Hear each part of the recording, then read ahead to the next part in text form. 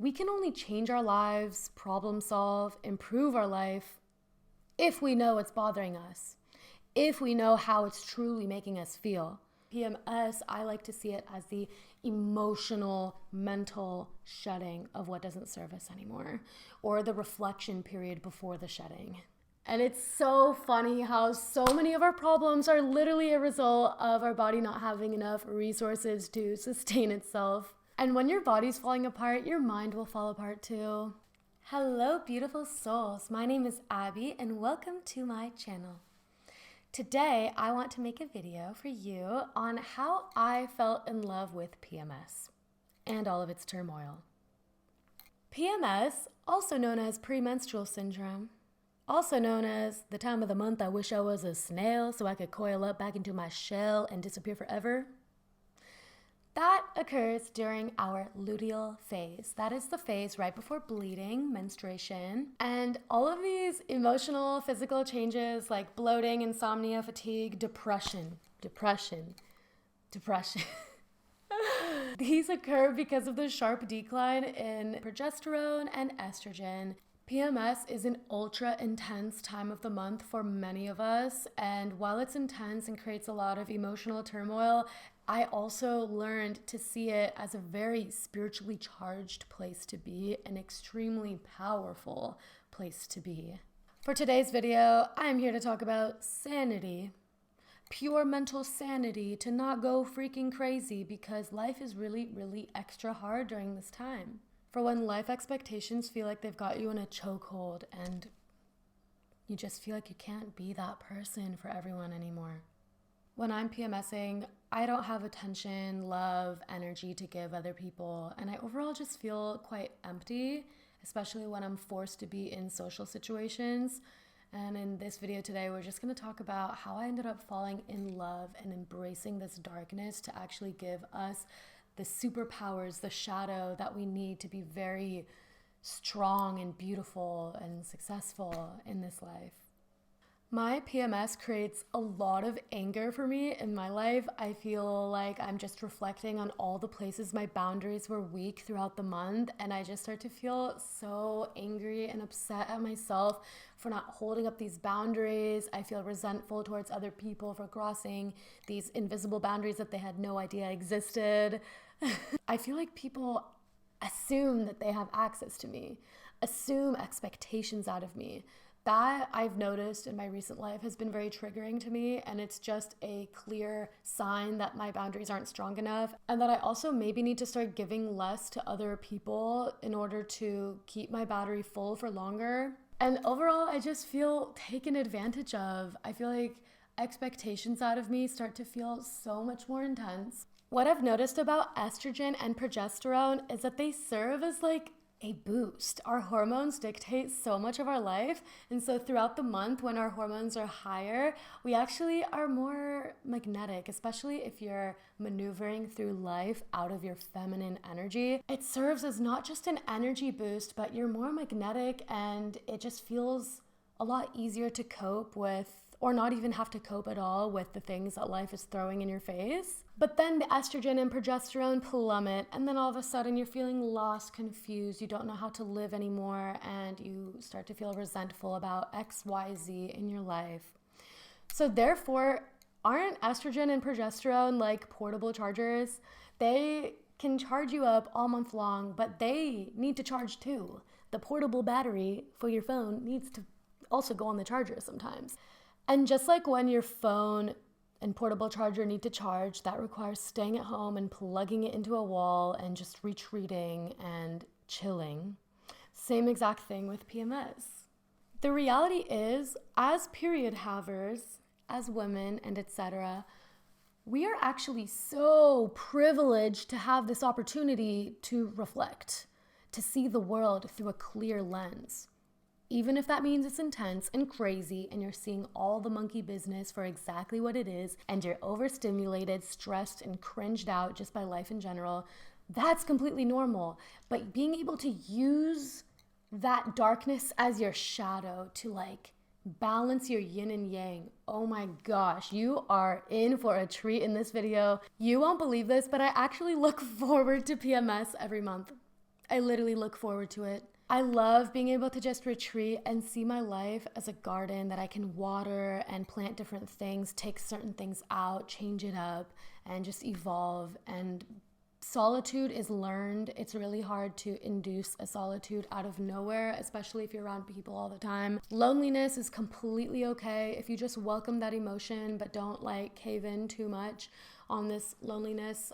You can actually protect your peace and not invite other energies that can actually like make you feel vulnerable or impressions that you don't need in your time to rebuild yourself. By the way, PMS also causes drama sometimes in our minds, and it can manifest into our life. So stay with me, and I'm going to help you just get through all of these roadblocks. This is our time to shed what no longer serves us. During menstruation, it's a physical shedding of your actual tissues, your actual body. And while that is also a very spiritual time, PMS, I like to see it as the emotional, mental shedding of what doesn't serve us anymore, or the reflection period before the shedding. Because the reality is, we can only change our lives, problem solve, improve our life if we know what's bothering us, if we know how it's truly making us feel. So that's why you need to honor this time and invite the darkness and open up a little chair for it, give it a cup of tea. If it doesn't drink the tea and it goes cold, be like, okay, you do you, bro, I do me. It's a really, really special time, and I'm so excited to just give you all the goods. I never ever envisioned a life for myself where I would be talking and hyping up PMS. I'm naturally a more extroverted person, so I think this newfound introverted side has been really exciting, but also there's so many gifts that it'll give you as long as you just keep this space clean and pure and peaceful for all of your emotions to just tornado and just allow it to do its thing. It literally rewards you in the end. And I just want to say a huge thank you to one of my best friends, Lee, I'll just include a photo. Literally a spiritual teacher of mine. Love this homie so fucking much. Lee is amazing. Lee basically talked to me one day and said, girl, you know that your PMS and menstruation is a perfect time to set intentions and wishes for your new cycle, for your new moon. I love hearing spiritual talk. So when she said that, I was in awe. I was absolutely in awe. I think this was about 2 years ago now, and it changed my fucking life forever. So thank you, Lee. Thank you so much, because now I know how to rebirth and recycle my energy for every new moon. And now I get to be here today in front of this freaking camera and tell you guys how to do it too. First and foremost, we need to be extra gentle towards ourselves during this time. The thoughts, the turmoil, all of it's normal, but we need to retaliate, kill it with kindness, like Selena Gomez said. You know what I mean? We need to be so gentle and kind and understand that there's this like inner teenager inside of us that freaks out, because this is an opportunity to treat yourself the way you want to be treated. Let me say that again. Treat yourself the way you want to be treated. That is what literally is going to change the entire environment for you. Who knows how to treat you better than you? It's okay to not know what you want, but then no one else is going to know what you want either. So during PMS, I prioritize the incubation of my soul and listening to myself the way I would want others to listen to me, and decide to love her anyways, even though she's imperfect and has a lot of growing to do. She still deserves love. I mean, come on. Like, it's so easy to love a cute growing child. Imagine a cute girl growing up. She has all these issues. Like Inside Out, that movie with Riley. You're like, oh, it's so precious. A random girl that doesn't even exist. That movie's really good. I mean, it's just another example of how easy it is to love other people and value their emotions and see them as valid. But for some reason, we struggle holding that space for ourselves. Now I'm going to share with you 2 journaling practices. Oh, that's what I meant to do. 2 Two journaling practices that really helped me. Oh my gosh. I'm a very stubborn person, so when someone kind of tells me to do stuff, it might take me a week or two to implement it. Like this very first one I'll share with you. This should not only be reserved for PMS, this should be a daily life practice. Ideally in the morning, if you like the idea of writing morning pages in your journal. My family friend, who also kind of serves as a spiritual teacher also in my life, is named Laura, and she recommended for me to write in my journal. It's a really easy way to bring more positivity into a negative accumulating journal. Write, first of all, a gratitude list. 3 things you're grateful for in your life today. You can add more if you want. I always end up adding more. In the beginning, I sometimes think, I don't know what I'm grateful for. I don't know anything. I'm just like tired and drained. And then I just write one thing. I ate food today. And then I'm like, and it was delicious. And my friend bought me a drink, like a soda. It's really hard for me to do these morning practices with university so early in the morning, but I noticed that writing them at night also is really nice. And slowly this gratitude list could just start to get so long, at least in my experience, or sometimes it ends up staying at only 3 when I'm just completely drained and exhausted. And then after your 3 gratitudes, you write an intention for your day. In my intention, I like to write what outfit I plan on wearing, kind of the best version of myself that I have envisioned in that moment, maybe like setting strong boundaries, feeling confident, feeling magnetic, whatever it might be. The outfit, I wrote like blue maxi skirt with these shoes and this top and this jacket. And then also in my intentions, I'll write like a to-do list. I really want to get my homework done today on time. I want to go to bed on time. I'm going to take a bath because the heat makes you tired, and then I'm going to go at an earlier night. Overall, writing 3 gratitudes and your intention for the day. I like to write my intention the night before because that's when I have more time. And then in the morning, I like to read it. It's on the little stand over by my front door because I don't have time to journal in the morning. By having this practice that took me like a week or 2 to actually adopt into my life because I'm so stubborn. Oh my God, it's so life-changing. Oh my God, it's like life is really not that bad. And now my journal is less negative. I think journals should contain your negative experiences. I believe in writing to forget, so that you don't have to carry all of your hardship with you all around. Because sometimes I'm worried that if I forget something, I'm going to repeat the mistake again. If I don't remember the way someone treated me or the ways that someone manipulated me, etc. Like in 2023 was literally an insanely difficult year for me. I was always worried that if I don't constantly reminisce and remember everything that's going on, I'm going to forget it. But in reality, you can journal about it and retreat to the journal when the universe or God is giving you that test, that life test again, so you can read your entry and realize, oh yeah, I don't want to fuck up in that place again. After incorporating that into my life, my journal is a much more positive place to be, and I don't have any of that like resentment that a lot of us get towards our journal. Sometimes we just feel like it is a place to really indulge in the negativity, but rather now it becomes a place with more truth because you're bringing the positivity, the real positivity into your journal by writing daily gratitude lists. And by the way, I don't do it daily. I'm just saying that that's the ideal way to do it, but as much as possible, as many days a week as you can. The second journaling practice is actually to write down word for word what you wish you could say to all the people you're angry at. Literally write it. It's literally gonna feel cringe. Just a little warning. It's gonna feel cringe. You're gonna realize your words are not totally correct, or maybe they are. Maybe they're harsh. Maybe they're strong and crazy. But I like to write ways where I think people are so bothering me, hurting me. And after writing all the ways I think that they've crossed me and how they should never do it again. And now the next step, don't act on it. Meditate on it for a few days. Thank me later. Guys, trust me, oh my God, it's hard. Sometimes I'm so amped up, I just want to rip out my phone and send a little voice message to someone and be so audacious and crazy. But then after a few days, you'll see that it literally didn't have to be that deep. It didn't have to be that intense.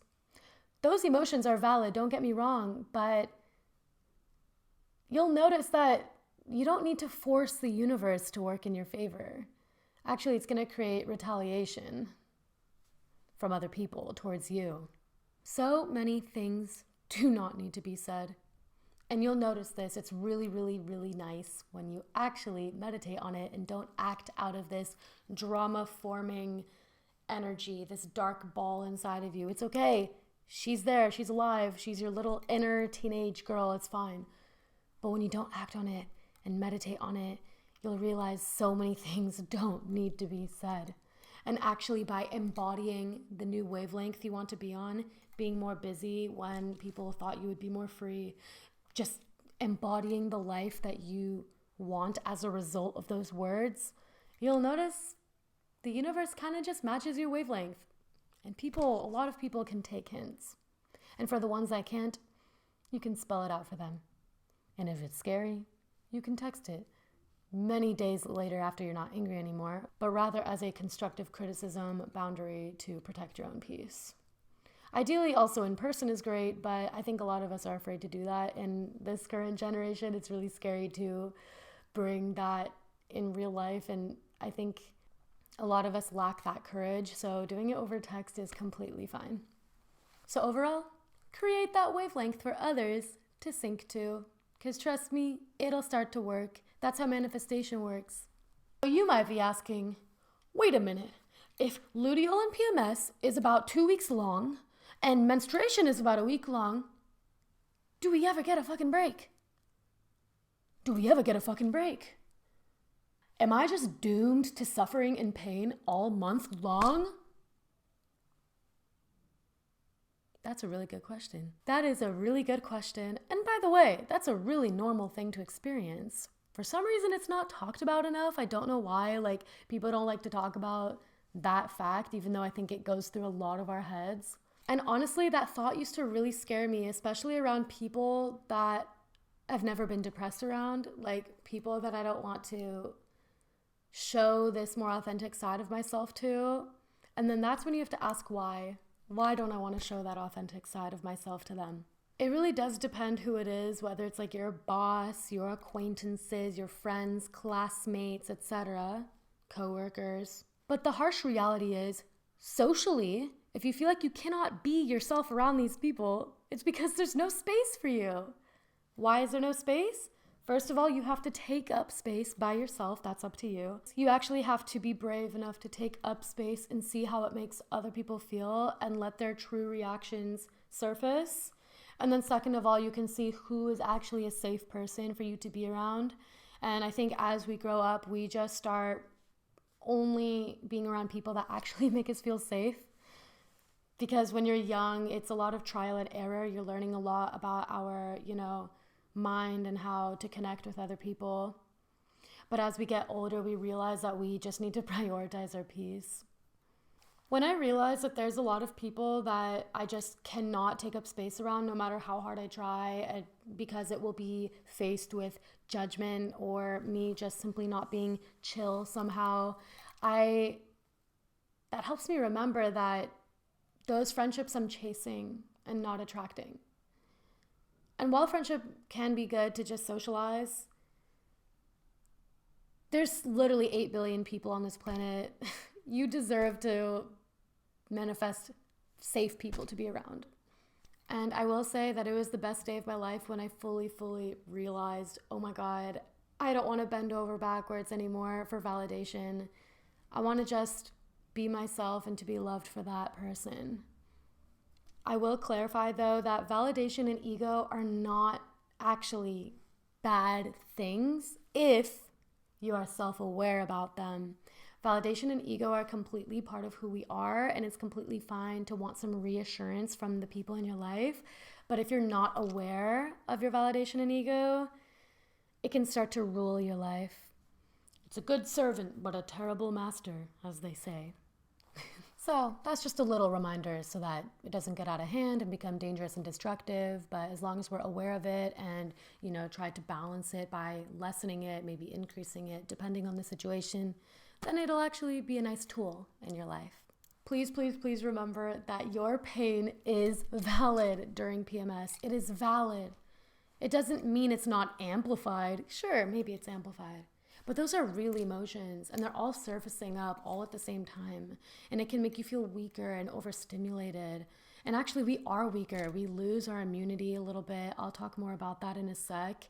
But when your body's weaker and using more of its resources, things that smell become more intense, sounds become more intense, energies from people or other energies, whatever it is, however spiritual that you are, every single stimulation is more intense. So it's easy to get overstimulated. PMS is the time that invites us into solitude.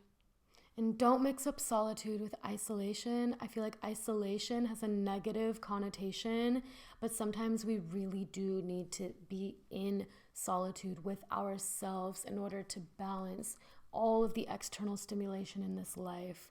Other people are so demanding of other people's energies and validation and attention. And if that keeps happening to you, right now is a really good time to unapologetically adopt solitude. We need solitude sometimes. It's nice to not have to talk every 5 minutes. Solitude is going to bring you the environment that you need to actually uplift yourself during this time. During this solitude, I like to reflect, but also I'm forced into reflecting upon my struggle, jealousy. Jealousy is a normal human emotion. Don't you worry. It's okay to have it, but it's not good to maneuver with other people out of jealousy because it's visible and it can actually repel the things that you want. But jealousy is also a really good thing to feel and recognize that it's jealousy, because then it'll show you what you want. And how are we supposed to know what we want if we don't feel it first? So jealousy is okay during this time, but try to, keep it a little more private, a little personal. All the ways that I struggled and my unwanted interactions, they all just surface during this time. And I really like to reflect on that and reflect on the boundaries I had and what hurt me and what didn't hurt me, especially other people's opinions on your life. Yeah, right now it's not a time for that. Right now it's about your opinion on your life, especially unwanted opinions. When other people bring opinions into your life, it can be a good thing. I value other people's opinions a lot, constructive criticism. But you don't have to fucking grow all the time according to other people's needs. Right now is the time for you to find out what you want and need, to find your inner compass. This is literally the time. So rather than maybe yelling at somebody for giving opinions that were unsolicited, you can instead just have a really strong barrier, or pretend you have one, fake it till you make it, and try to end that conversation somehow. Maybe if you do feel like you want to be kinder to them, you could say, "Thank you for your opinion. Cool, that's your opinion, by the way, and I will think about it." That helps a lot. When you think about all these negatives during PMS, that's seeing the glass half empty, because our lives contain so many things to be grateful for, like the sunlight outside or clouds or trees. Any form of life is a blessing. So underneath all those blessings, we have all of our cons, the pros and cons to our life. So what I like to remember is that when you have a lot of things to be negative about, that's the glass half empty. That same glass is also half full.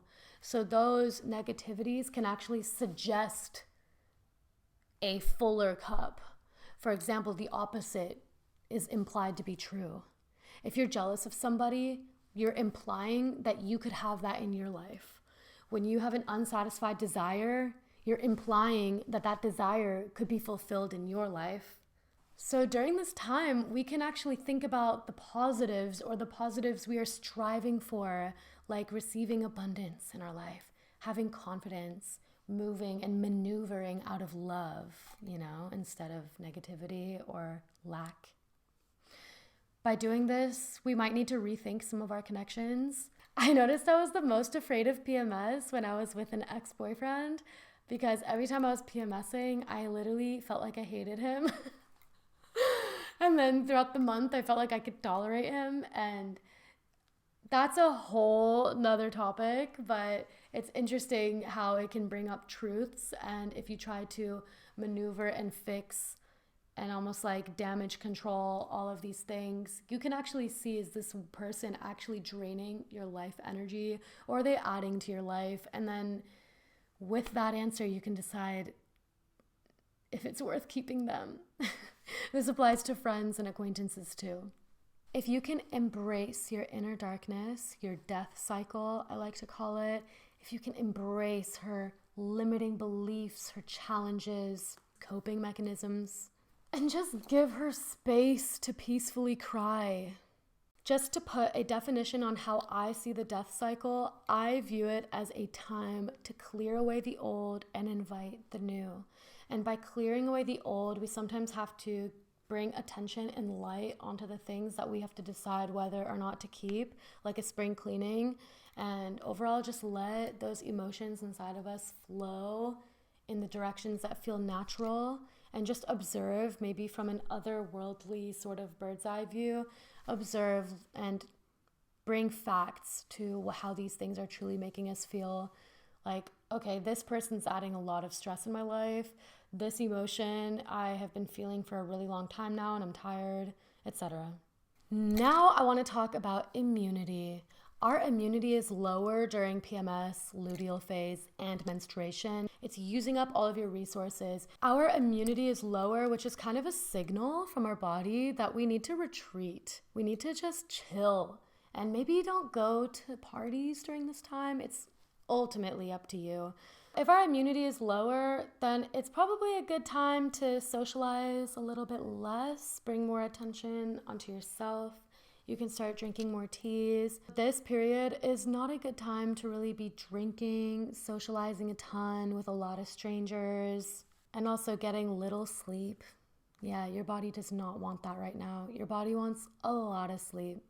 When we sleep as adults, our body produces what's called growth hormone.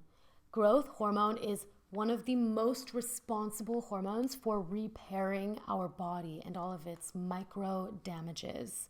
And right now we have a lot of things running in the background that we need to allow our body to focus on and rest. Even if you're not sleeping, resting. But sleep, oh my goodness. If you are sick, try to sleep as much as possible. Growth hormone will spike in these sleep cycles. And wow, you will see how much faster you will heal when you actually have a lot of sleep on your side. So you get it. Our soul is incubating right now, and there is no rushing that. As an example, think about how when nobody bothers you, you can get a lot more work done. And when someone bothers you, you just go blank and become less productive. All humans, but especially women, are natural born healers. Trust that this exists within you. Trust that this superpower is within you, and trust that you can take care of yourself. Even if you're not taking care of yourself, the ability to is there somewhere inside, and you can cultivate it and somehow manifest it into real physical movement that'll actually help you. Does that kind of make sense? I think a lot of us think we need someone else to take care of us, but in reality, we are healers. I'm not saying don't go to the doctor. I'm just saying that the doctor helps when things go way out of hand, but what about everything in between? That's up to you and your healing ability that is innate. You were born with it, and that is the truth.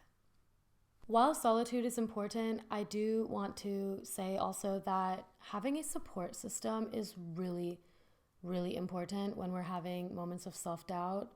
I have 2 besties that I can call at any time. And by the way, I talk so much about solitude. I think I'm projecting the fact that I live by myself in Eastern Europe, and it can be hard sometimes. And I've learned really how to take care of myself.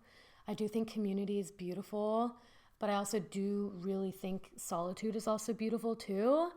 So right now is a really good time to seek support if you feel like you cannot get out of your own mind.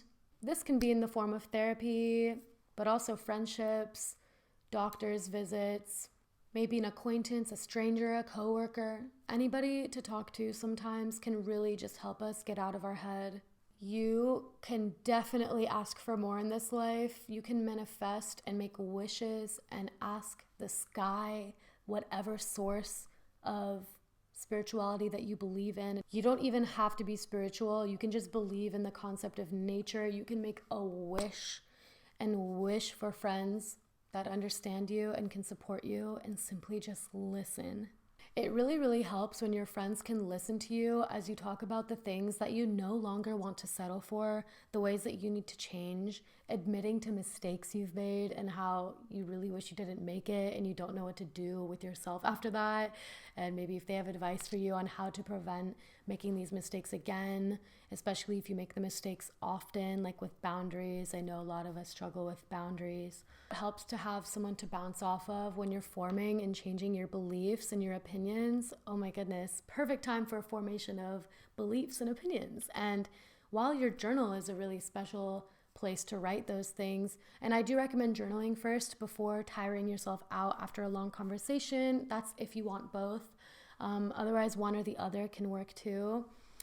I do really enjoy seeing what my friends think about my situation, and sometimes they're a little crazier than me, a little irrational, but somehow when people irrationally are on your side, it can also just feel really good too. Sometimes I even give my friends disclaimers that right now I'm in a sensitive period of my life, and while I really want to hang out and see you, I just want to almost give a warning that I do want a kinder, less expectations type of hangout where it feels like if I say the wrong thing, they won't be mad at me. And somehow I feel like that also sets you up for success on getting closer with the person because they can see that you are fluid and it's possible to change your identity every single day, basically. Every day we wake up and we're fluid humans and we deserve to be honest with what we're feeling in the moment, and we don't have to be stuck to a certain identity, and our friends will like that. Actually, you can set an example for your friends on how to live a more free-spirited life. Also, let's not forget about all the physical things that we can do in our life to make PMS and depression and all of the above hormonal things a lot easier. Like I've been saying time and time again, our body is using so many resources right now. It's crazy. Like, I learned in med school that people with iron, magnesium, and zinc deficiencies, oh my goodness, men and women, it's ridiculous. Like, our hormones get so drained. We run out of building blocks to make the hormone. Hormones are real, by the way. It's not some woo-woo magic. They literally are particles that circulate in your blood and, attach to different sites. So, bro, literally take your vitamins. Oh my goodness, I could not emphasize this enough. By the way, I take this vitamin. It's called Phyto Multi Capsules, also recommended by my mother. I say also because I talked about something else she recommended in the last video. Wow, these literally got rid of my dandruff. I didn't have like the actual dandruff, like the clinical definition of dandruff, but I had just flaky skin. And it's so funny how so many of our problems are literally a result of our body not having enough resources to sustain itself. And when your body's falling apart, your mind will fall apart too. I'm just gonna say the name of some of these vitamins and minerals that are really important for us to have in our cycle. If you don't know what they are or what they mean, it's okay, but it's important for you to at least hear the names. Okay, so we have magnesium, zinc, calcium. Oh my God. Calcium, we need it for our muscles to properly contract. And during menstruation, we have a contraction happening to release the shedding.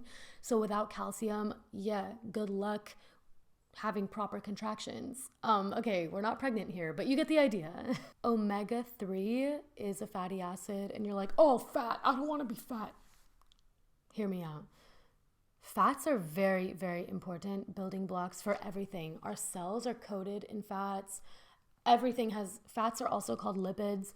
We need fats. And sometimes your body is not fat because of fats. Maybe it's storing fat because of carbs. So if you can bring a balance to your body will work itself out. Sometimes if you are struggling with weight, sometimes you actually do need to go see a nutritionist or a doctor to figure out which hormones are out of whack, because sometimes they need special attention and special maneuvers or treatment in order to bring them back to life.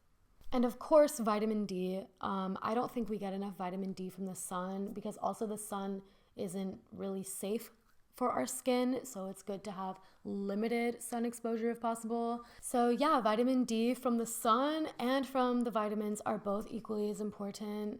I think that we do need a boost as well as the natural source. This vitamin that I recommended is so freaking good. It might be expensive, but it's life-changing, and it would be better to actually buy this instead of like some new clothes.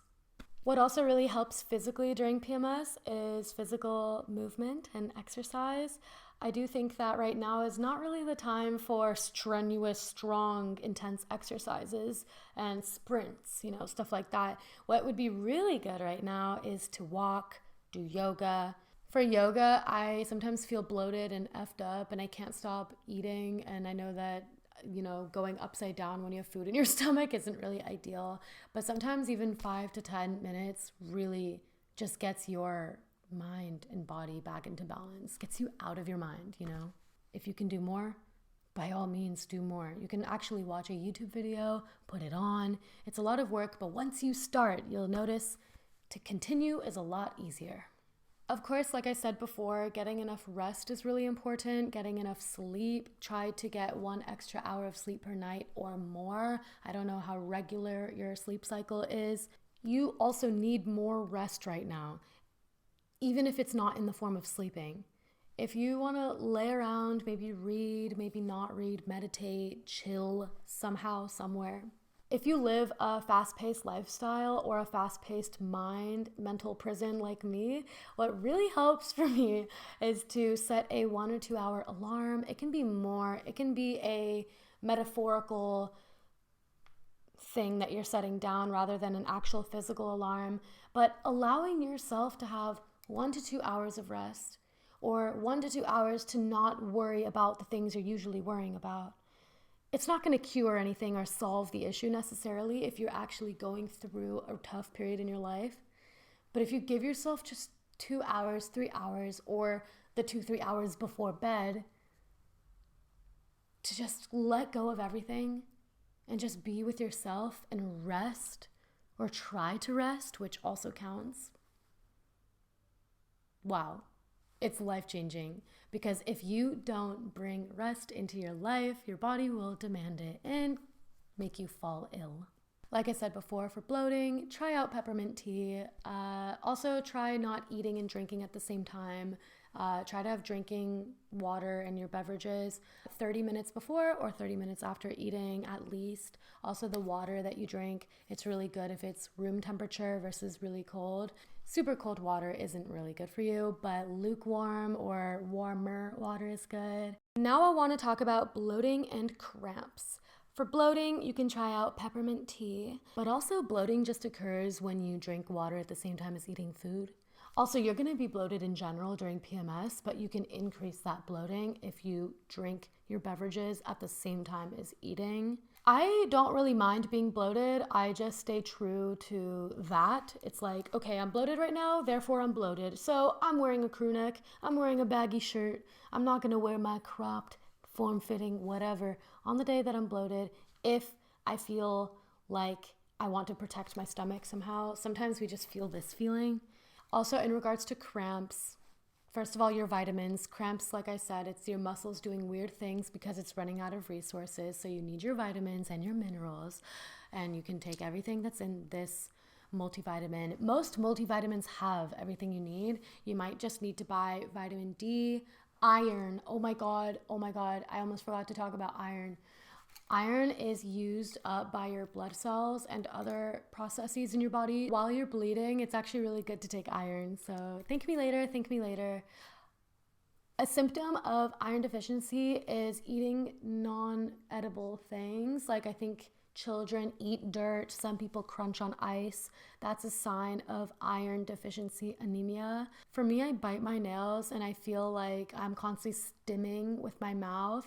So I notice that when I am taking my iron supplements every day, after a few weeks, I start to bite a lot less. I do think that there's a spiritual bug in my system that I'm still working on, and I'm, to say it more positively, let's say I'm still looking forward to figuring it out to stop biting my nails, because it's extremely hard to cut out a habit you've had for your entire life, but whatever. So when you're having cramps, of course, you should be giving yourself the resources, but also in the actual moment of a cramp, you won't believe this, but like stretching, massaging around it or in it, or doesn't even matter where exactly the cramp is, just stretching, jumping, shaking the area, massaging. Oh my God, it literally will go away so much faster, and you can avoid it from escalating into an extremely excruciating cramp. But that's also a sign that something could be improved. Oh, also I have this supplement that my mom gave, and I highly recommend using it. It is insane. It's like an herbal sort of progesterone, but I cannot believe how much it has improved me mentally, physically. If I'm having a lot of period cramps or my period's really heavy and I still need to go out and do something, I will take this, and in about 30-40 minutes, I feel mobile again. It's crazy. I literally feel like I can move again. Like, if you made it to the end of this video, this is literally your treat. This is literally the holy grail. Oh my God, you have to try this. Oh my God, why didn't I say it earlier? If you have a bathtub, you are very privileged. If you have a hot shower, you are also very privileged. Right now is a really good time to take a hot or warm shower or bath. Ideally a bath. Ideally a bath. Not all of us get that privilege. I recently moved into an apartment here with a bathtub, and actually that's a huge reason as to why I chose it. But at night when you're winding down, it's really nice to have a hot bath with a candle and maybe a podcast that you trust, or a guided meditation, or some music. I have this amazing playlist I use for a flow state, also to fall asleep. I use it for both. So I highly recommend just giving it a little try. I'm linking it down below. It's free, it's Spotify. I don't know if you have Spotify, but it's really, really useful for me. And you can find similar frequencies on YouTube if you don't use Spotify. Candlelight before bed produces this amber colored red light, and it does not suppress your melatonin like blue light from screens does. So it's a really, really useful way to provide a source of light with candles, specifically, especially natural candles, because synthetic fake stuff can actually give you lung cancer. Okay, sorry to scare you. I kind of just finished using all my fake candles before replacing them with natural candles, because you're gonna be fine, but it's the long-term use. So these are just some ways for me to not spike my cortisol and maybe even suppress my cortisol. All in all, PMS is a rocky road, but this road can lead to love. At first, loving her can feel absolutely ridiculous. It can feel like when you adopt a dog and you find out that it's got seizures, that it bites, it's peeing and shitting everywhere, out of control, and if someone asks you if you love the dog, you say, sure, yeah, I love my dog. Why not?